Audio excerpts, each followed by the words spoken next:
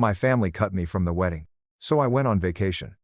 When it all fell apart, they suddenly decided my presence was absolutely essential. I remember it vividly. I was just chilling on my couch one afternoon when my phone buzzed. It was a message from my sister, Chloe.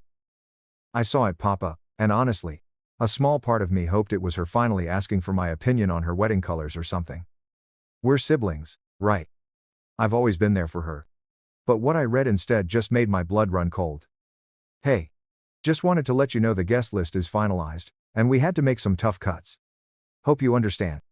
Love you. Brassed in a radiant. Tough cuts. The words echoed in my head. Like I was some random acquaintance she hadn't seen in years, not her only brother, Liam. I'd seen Chloe through everything, college stress, that awful breakup with Mark, even helping her move apartments not once, but twice. And now, for her biggest day, I was just a cut. An afterthought. It was unbelievable. I picked up my phone and called my mom, Eleanor. She answered right away, all sunshine and cheer. Hey sweetie, what's up? I didn't even try to soften the blow. Mom, I just got a message from Chloe. She said the guest list is finalized and I'm not on it. There was a beat of silence on the other end, just enough for me to know my suspicion was right. Then, a sigh. Oh, honey, she said, using that tone she always did when she wanted to make me feel like I was being unreasonable. It's just a wedding. Don't make a big deal out of this. Just a wedding. A sharp, stinging sensation tightened in my gut. Are you serious, Mom? I asked, my voice surprisingly steady. I'm her brother.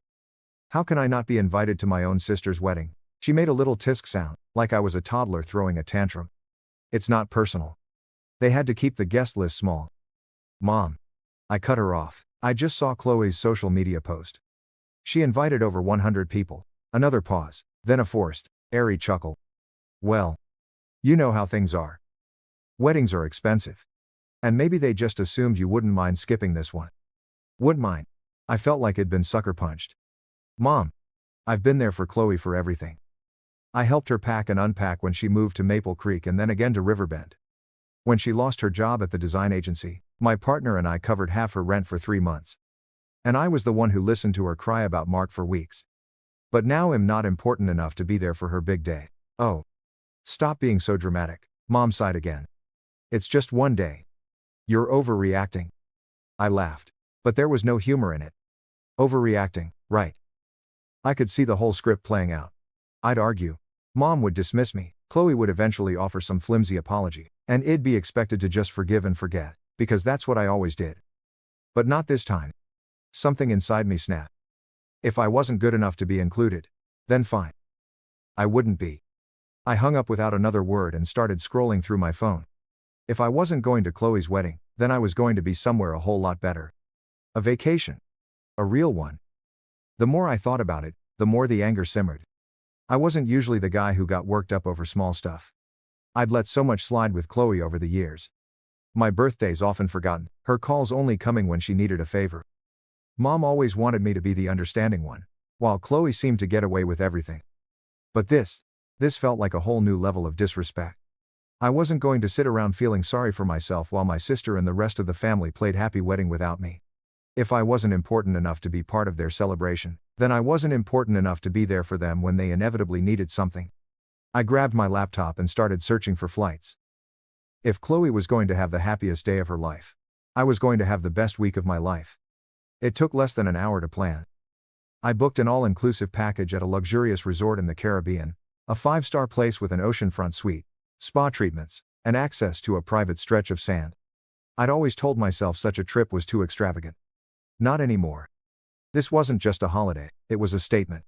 When the wedding weekend finally rolled around, I was already soaring through the clouds, sipping a glass of bubbly in first class. I made sure to snap a picture, legs stretched out, drink in hand, and uploaded it with a simple caption. Guess I got cut from the guest list. But I think I'll survive. The reactions came almost instantly. My cousin, David, sent a string of laughing emojis. My Aunt Sarah, the only sensible one in the family, commented. Good for you, Liam. You should have taken me with you. But the best reaction, that came from Mom. 3 texts in a row. Where are you? Followed by, are you seriously missing your sister's wedding over this? And finally, You're being petty. Petty. I was just getting started. I replied with a photo of the stunning turquoise ocean and the powdery white sand, adding, perfect view. Then, I switched off my phone. I wasn't going to let them guilt trip me. Not this time. For the first time in forever, I wasn't putting my family first. I was putting myself first. And it felt absolutely incredible. By the time I landed in paradise, any lingering doubts had completely vanished. The moment I stepped out of the airport, a warm ocean breeze, carrying the scent of sea salt and exotic blossoms, washed over me. A sleek black SUV was waiting to whisk me away to the resort, complete with chilled towels and bottled water in the back seat. Yeah. This was definitely better than a wedding. As we drove along the coastline, I felt a deep satisfaction. Back home, my family was probably caught up in last-minute preparations. Mom was probably making excuses for my absence, and Chloe was most likely laughing with her bridesmaids, not giving me a second thought. But here, I wasn't an afterthought. Here, I was the priority. My priority. The resort was like something out of a dream. The lobby had towering palm trees, an expansive open-air design that welcomed the ocean air, and the kind of service where you were handed a refreshing cocktail even before checking in. My room was beyond amazing, floor-to-ceiling windows, a private balcony, and the most luxurious king-sized bed I'd ever seen. I tossed my bags aside, stepped onto the balcony, and just breathed it all in. Then, just for good measure, I took another picture of the breathtaking scenery and shared it, captioning it, "When one door closes, another one opens," preferably to a beachside suite with unlimited peach bellinis. I knew it would find its way back to my family. And honestly, I hoped it did. Because for once, they could understand what it felt like to be left out. And I was just getting started. The first full day of my trip was simply magnificent. I started the morning with room service, fluffy blueberry pancakes, fresh tropical fruit, and coffee so rich it ruined all future coffee for me. Then I spent the entire day doing exactly what I wanted. No responsibilities. No family drama.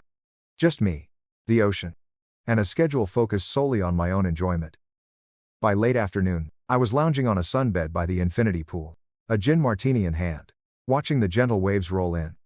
Every now and then, I'd glance at my phone, not to check in with my family, but to see the growing number of reactions to my vacation posts. The comments were pure gold. My cousin David's comment was funny. "Bro, where even are you?" And Aunt Sarah chiming in with, "Okay. Now you're just showing off," made me chuckle. An old friend from university even messaged, "Dude, invite me next time," but then, a notification popped up that made me smirk. "Chloe saw your post." Ah, so now she was paying attention. I could just picture her, sitting in some stuffy bridal suite, sipping on some cheap sparkling wine, scrolling through her feed only to see me living my absolute best life, while she was stressing about table arrangements.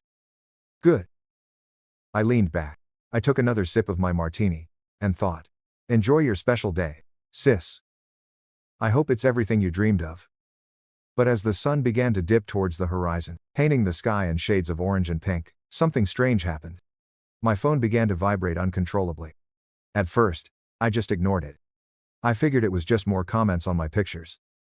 But then I saw the names flashing on the screen: Mom, Chloe, Cousin David, even my Uncle Ben.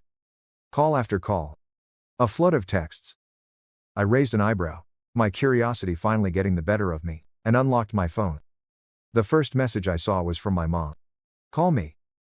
It's an emergency." An emergency. The only emergency I could think of was that they'd run out of canapes at the reception. I sighed, debating if I even cared. Then another text from David came through.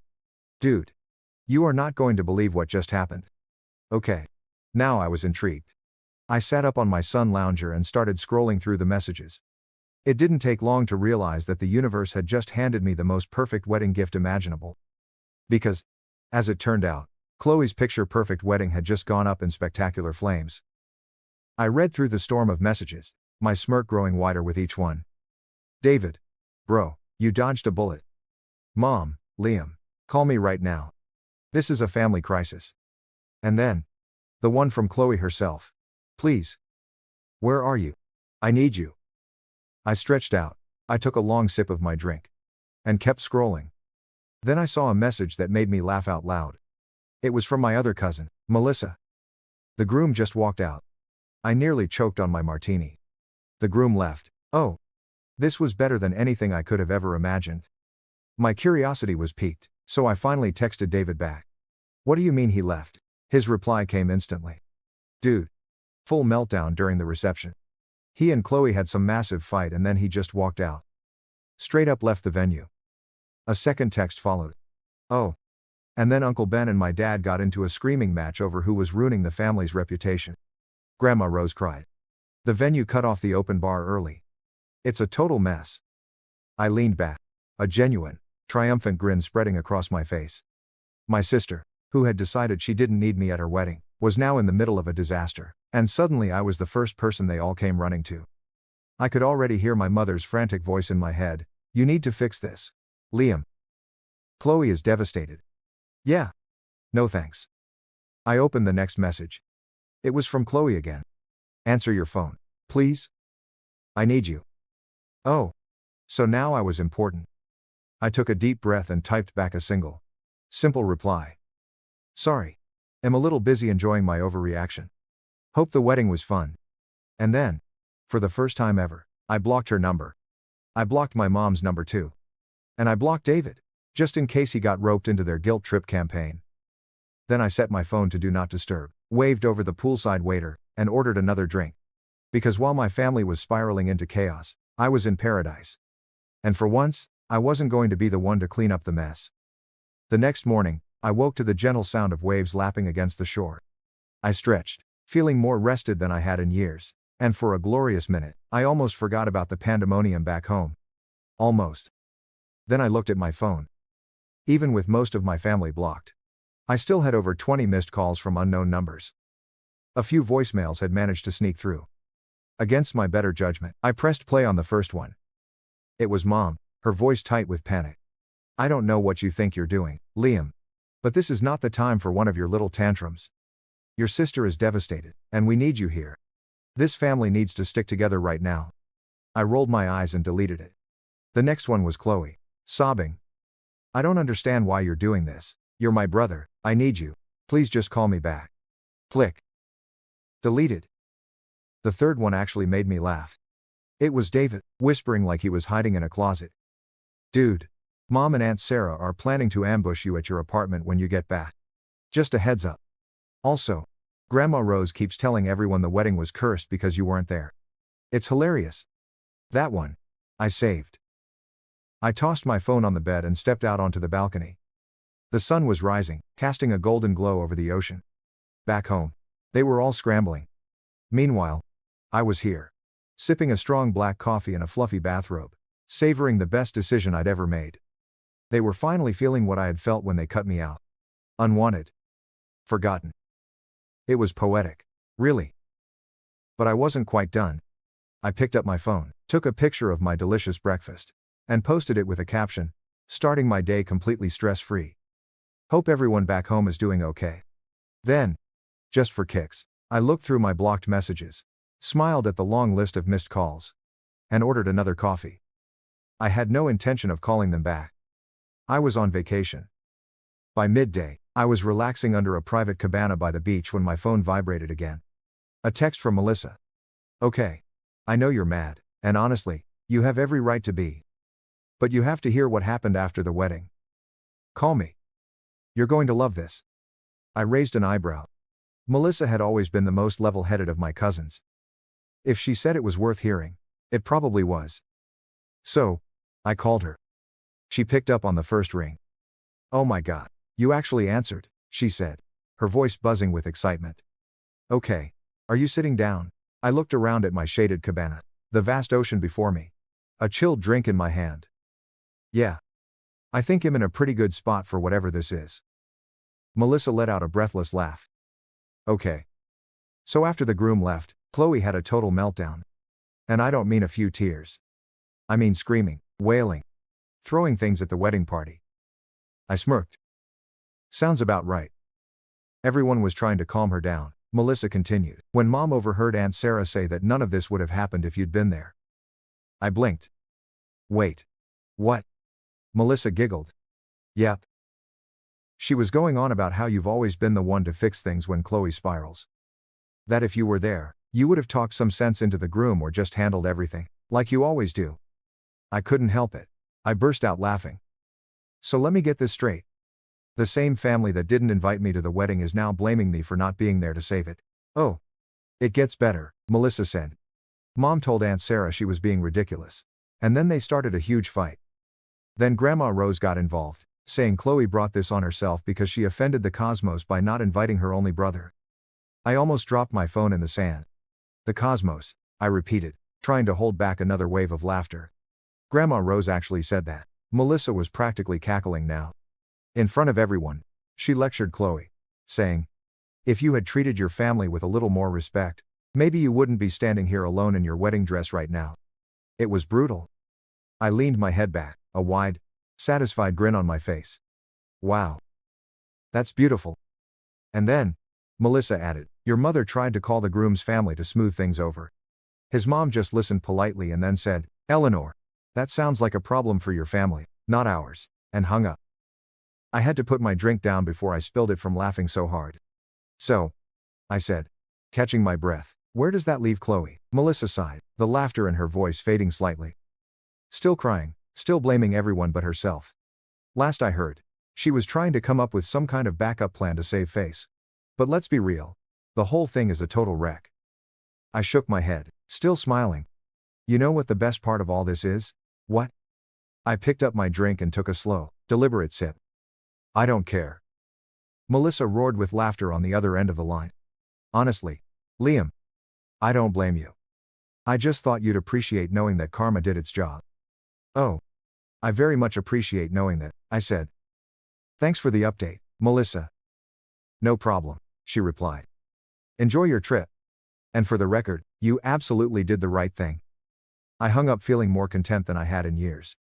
They wanted a wedding without me. Well, thanks to their own drama, they got a disaster instead. I picked up my glass and raised it to the sky in a silent toast. Then, I turned my phone off completely and settled back into my cabana, letting the ocean breeze wash away any last lingering trace of family obligation. For the rest of the day, I didn't even look at my phone. I went on a sunset cruise, letting the warm air whip through my hair. I had a 5-star dinner by the sea, savoring the best grilled lobster I'd ever tasted while my family was back home, picking up the pieces of Chloe's shattered wedding. For a fleeting moment, I wondered if I should feel bad for her. Then I remembered the cold, dismissive text she'd sent me, and nope. That feeling passed. I took one last picture of the moon over the water and posted it with a simple, 2-word caption, "Zero regrets." The next morning, I woke up feeling lighter than I had in a decade. No guilt. No stress.